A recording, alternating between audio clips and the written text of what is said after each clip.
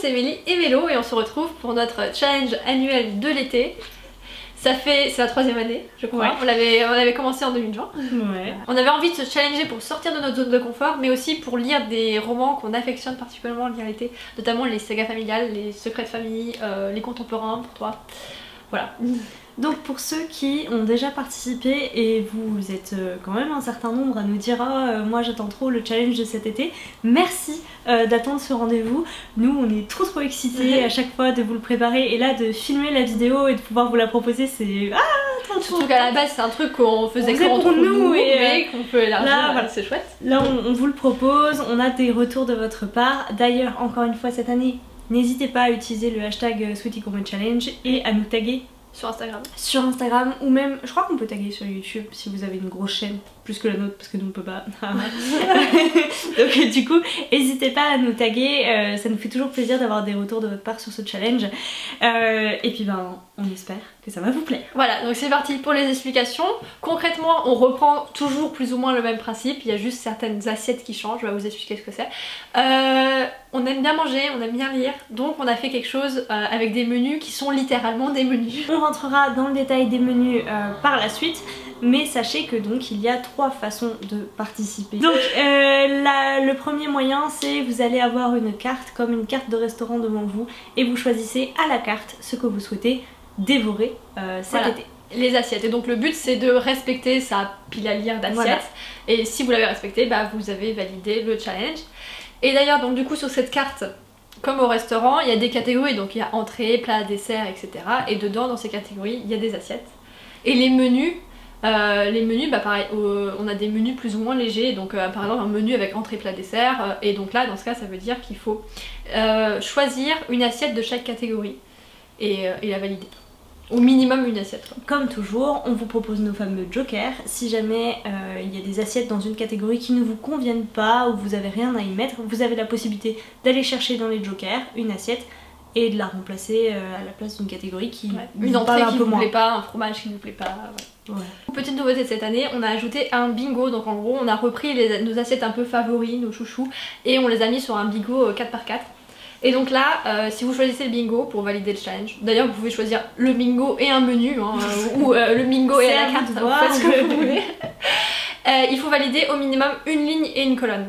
Voilà. Et si vous validez toute la grille, bah, vous remportez le challenge avec les honneurs. Ce qu'il faut savoir c'est que Mélo c'est une grande fan de bingo, moi bah, ça va faire 10 ans en septembre qu'on se connaît, voilà déjà, et voilà, tous les étés elle se fait son propre bingo à elle et à chaque fois elle veut le partage. L'année dernière elle vous l'avait même partagé à vous. Chaque fois qu'il y a des challenges qui proposent des bingos, elle les fait, et donc voilà, c'était cette année on a fait notre bingo aussi, même si c'est pas hyper original, il y a des bingos de partout, mais voilà, c'est une... Si vous aimez ça, vous avez la possibilité de participer à notre challenge avec un bingo. Voilà, si on n'aime pas trop faire des pales, donc du coup le bingo est peut-être plus adapté. Et une autre nouveauté, c'est que si on a fait notre pile à lire, on a pris nos assiettes et tout, et pendant qu'on lit on se rend compte qu'il y a un roman, on n'aura pas le temps de le lire, un roman, un livre, un manga, on n'aura pas le temps, mais il existe une adaptation visuelle, audiovisuelle, et bah on a le droit de remplacer une fois et une seule cette assiette par le film, la série, adaptée. Voilà, adapté. Et bah c'est parti du coup, les dates.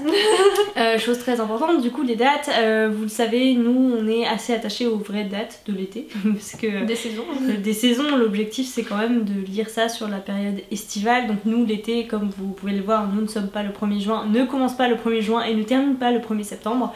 Donc cette année c'est du 21 juin 2022 au 23 septembre 2022. C'est la durée du challenge. Nous on a la chance d'habiter dans une région où généralement en septembre il fait encore un peu beau et un peu chaud. Donc voilà. Et là on va vous décrire du coup tous les menus, toutes les assiettes et on va vous mettre des visuels. N'hésitez pas, les visuels sont donc du coup sur le blog, disponibles en téléchargement et il suffit d'aller voir le lien dans la description de la vidéo.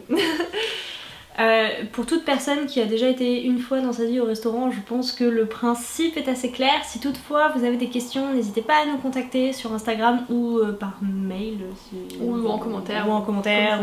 Voilà, n'hésitez pas. On a aussi une page Facebook qui n'est pas très active mais avec du coup un Messenger, donc on répond aussi là.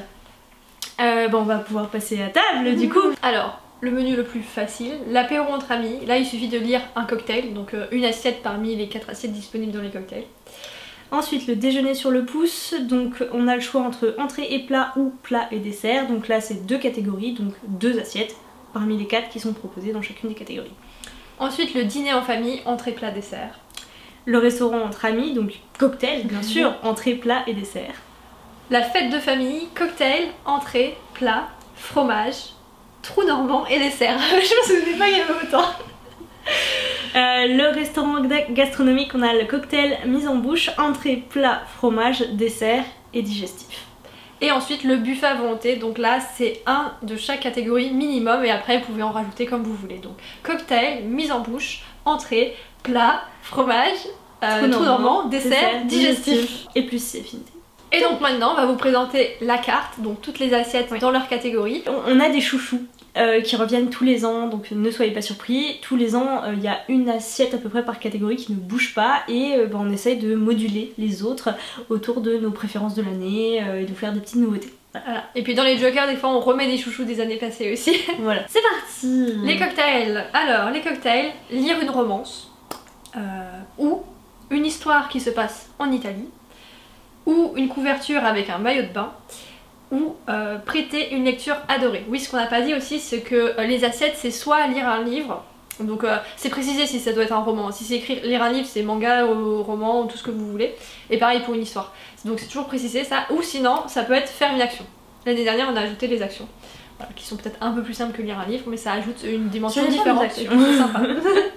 Au niveau des mises en bouche, alors on a une lecture feel good pour l'été, une poésie, c'est la nouveauté, une lecture avec une couverture bleue, jusque là c'est facile, et l'action de la mise en bouche c'est faire du tri dans sa pile à lire. Donc du coup sortir des livres qu'on finalement on ne lira jamais, etc. Reprioriser certaines lectures, vendre, voilà.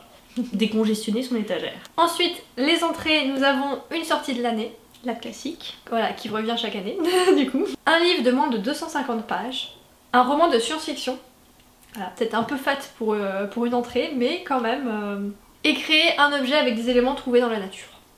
Donc ça c'est l'esprit DIY et créatif de Mélo qui vous parle. Donc allez chercher des fleurs, des feuilles, des bouts de bois, je ne sais pas, il y a des tas de DIY que vous pouvez trouver partout. D'ailleurs ça va être cumulable avec une autre assiette qu'on vous dira plus tard. On est parti sur les plats. Alors au niveau des plats, bien sûr notre incontournable de l'été c'est une saga familiale ou un secret de famille. Vous savez qu'on adore ça l'été, c'est vraiment... notre petite assiette chouchou. 2 livres de la même autrice hors auteur hors saga. Donc vraiment prendre 2 livres qui n'ont pas de lien en termes d'univers pour découvrir un peu ce qu'est capable de faire un auteur, une autrice dans un autre contexte. Un livre de vulgarisation, donc pas forcément que de la vulgarisation scientifique. Mélo vous a déjà fait une vidéo sur, une vidéo de présentation sur certains livres de vulgarisation, donc n'hésitez pas à aller faire un petit tour. Et l'action qui est là est un petit peu plus costaud, faire 10 000 pas 2 jours d'affilée, donc 20 000 pas sur 2 jours. Et si vous voulez cumuler, du coup vous faites 10 000 pas et en plus vous ramassez des trucs dans la nature. Les fromages. Ensuite les fromages, donc là le concept du fromage c'est que c'est soit une lecture qui peut plaire beaucoup, soit une lecture qui peut être un désastre complet. Donc on met des choses un peu risquées on va dire. Lire un classique ou un livre choisi par quelqu'un d'autre. Ou alors là on a remis encore un livre de l'année passée parce que ça nous plaisait plutôt bien. C'est un livre qui a rejoint sa palle l'année précédente, si possible le même mois que le moment où on va lire en fait.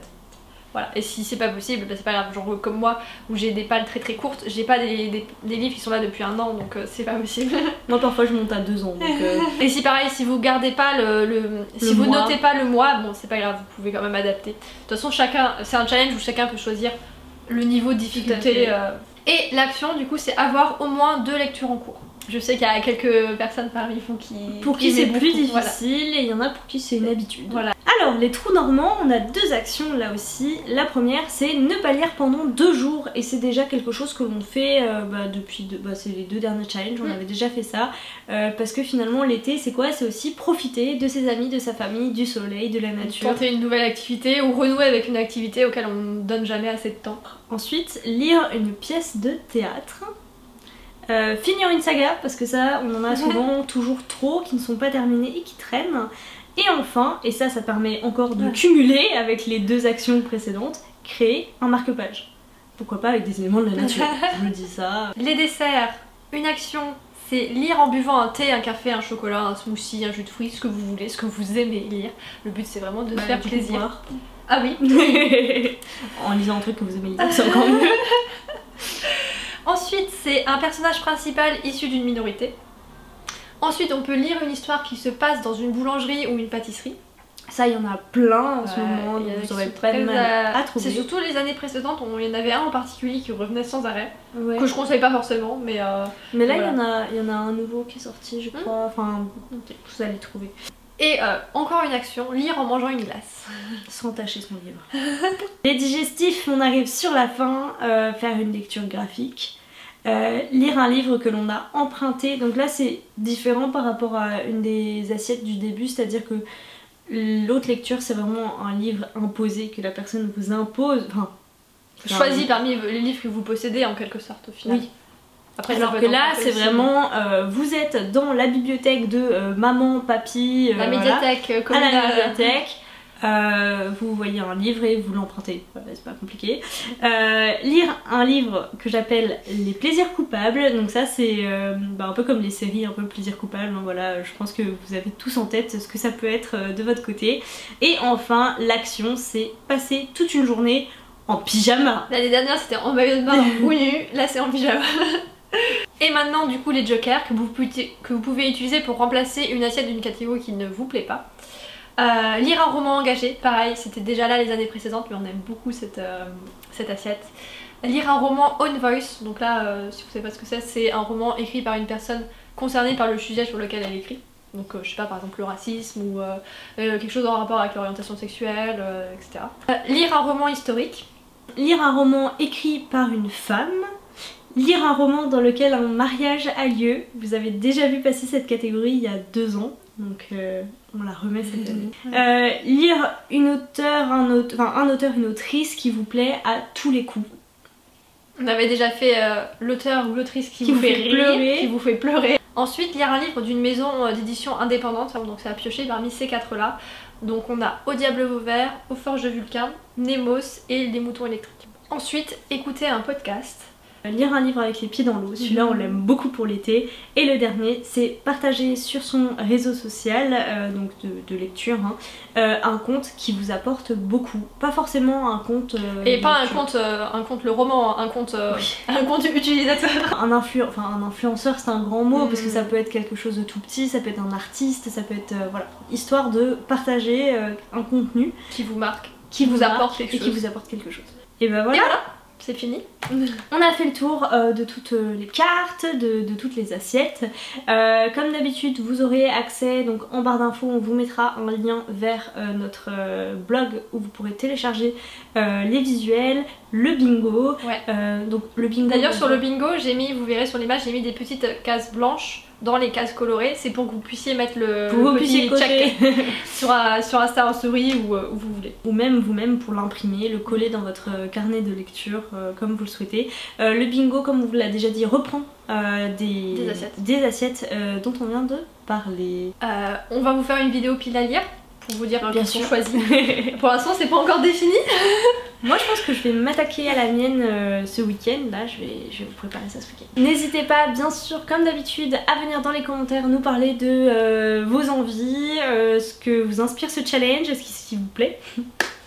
Nous dire si vous allez participer ou pas, si vous avez peut-être d'autres challenges déjà de prévus, enfin voilà, venez discuter avec nous, ça nous fait toujours autant plaisir. Et puis en attendant une prochaine vidéo et en attendant toutes les discussions qui vont s'ouvrir cet été, on vous souhaite à toutes et à tous de très très belles lectures. Et un très bon été, et un très bon challenge.